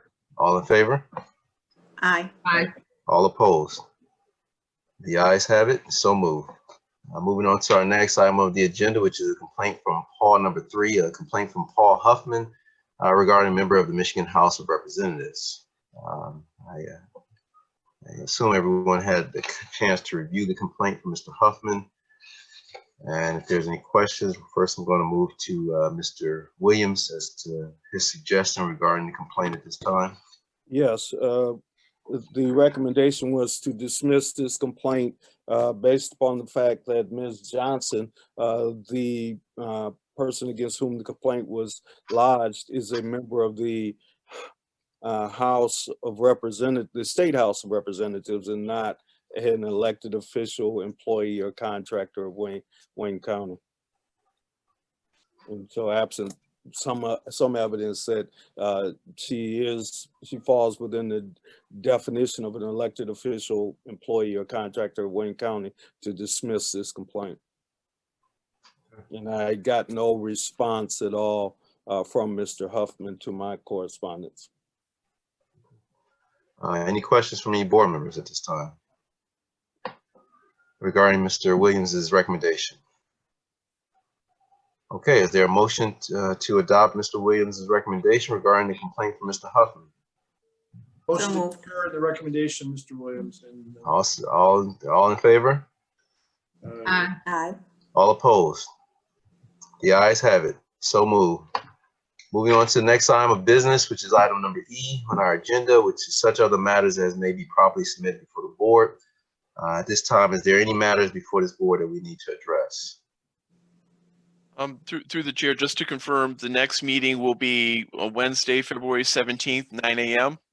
Is that good with everyone? Because that is available.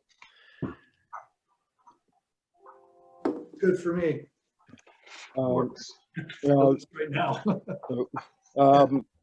Mr. Chair, Yes. before as we set that date, I would advise that by my count, I'm a little off because the date of Mr. Broch's letter was October 26th or 27th, but we are running up against the 120 days we have to resolve the complaint against Monica Palmer. I think right now we have roughly anywhere between 36 and 40 days left to address that complaint. At the pace we're going, we may have to think about what our options are to finish this hearing either at the next meeting or immediately thereafter.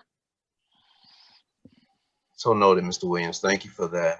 Thank you for keeping this board on track too with respect to the timeline of these complaints. And hopefully at the next meeting we can resolve this. The next hearing, hopefully we can resolve this complaint, and like you say, or soon thereafter. Any other matters before this board at this time? Just the clarification on that. I mean, we have to do the hearing within 120, but the board still can make decision within 150. Is that correct? 150 calendar days. I'm just reading again. Yes. Yes. Okay. Yeah. Thank you. But So as long as we the- continue the hearing, okay.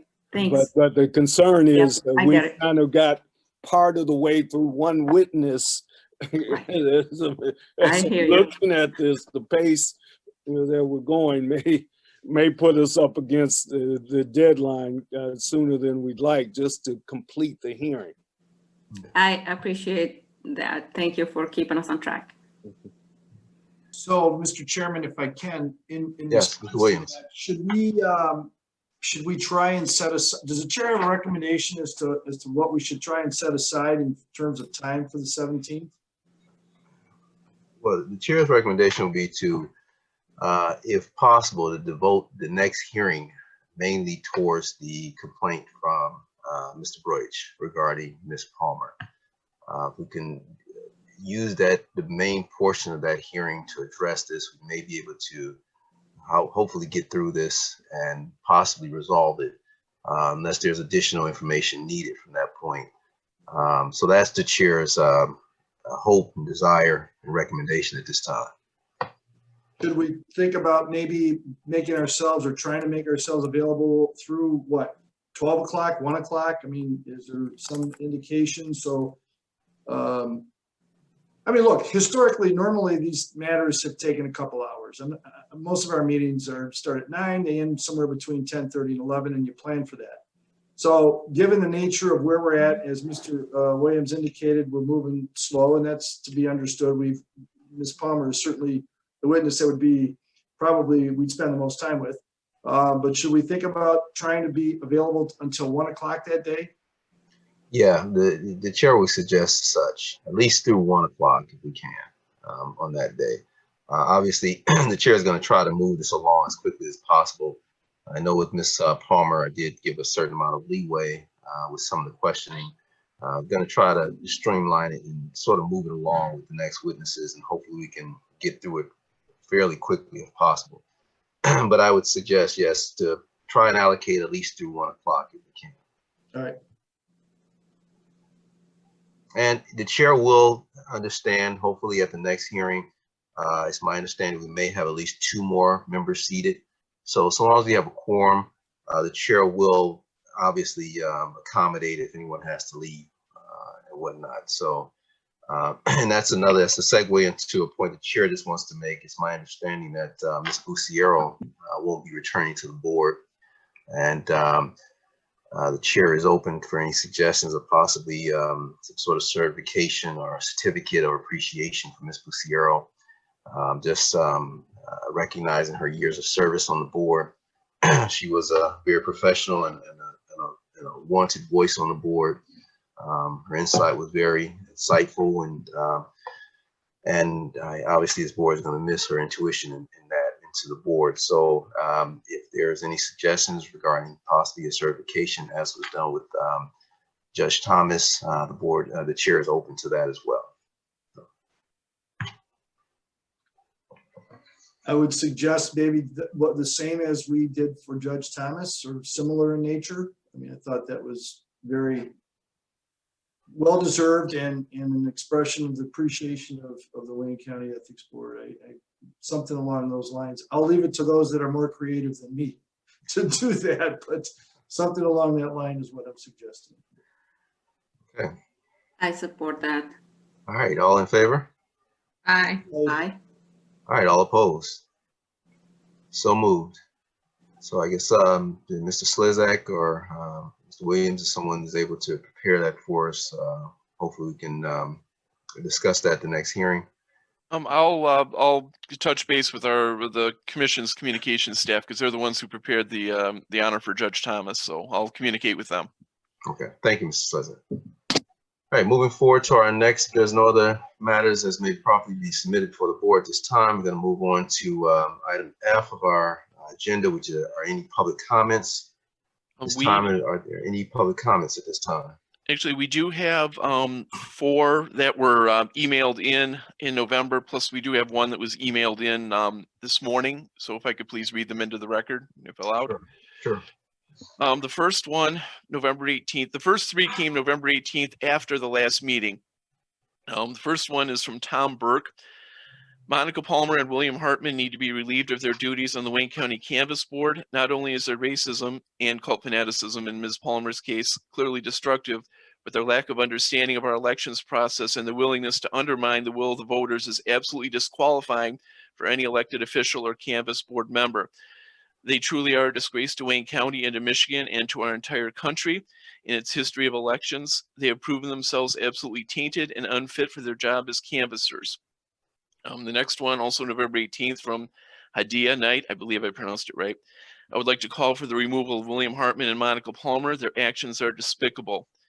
The third, Kim Valim. I hope I have it pronounced right.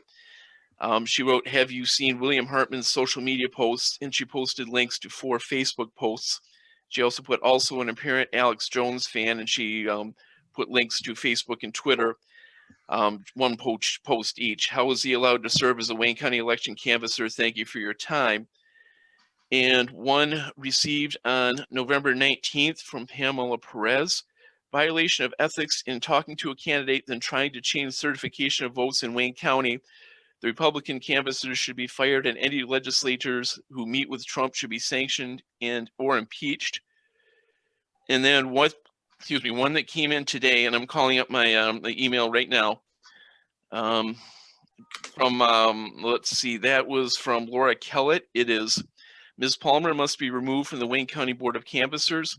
It is my understanding that she served in that post while funding a PAC supporting Grosse Pointe School Board candidates. The PAC was responsible for ads which deliberately conveyed false information, and I believe resulted in a school board censure of one of the supported candidates. Ms. Palmer's work with the PAC was an enormous conflict of interest with her role on the Board of Canvassers. She helped insert untruths into a small local school board election. Finally, Ms. Palmer demonstrated a lack of judgment, showing that she is unfit for public office. Thank you. And that is, and those are the comments, the submitted comments. Is there any other comments at this time? Mr. Chairman, thank you for your effort today. Difficult times, you did a great job. Thank you. Thank you for that, Mr. Young. Thank you, everyone. Thank you, everyone, for being here. If there's no further comments at this time, I'm going to move on to adjournment. And is there a motion to adjourn? So moved. Second? Support. All in favor? Aye. Aye. So moved. We are adjourned, or excuse me, all opposed? So moved. We are adjourned. Again, thank you, everyone, for being here. Thank you, Mrs. Slezak, Ms. Lewis. Thank you so much for your time and efforts. And I'll see everyone. We'll see everyone back here in a month. Thank you. Thank you. Thank you, everyone. Enjoy the day, everyone. Thank you. Thank you. Au revoir.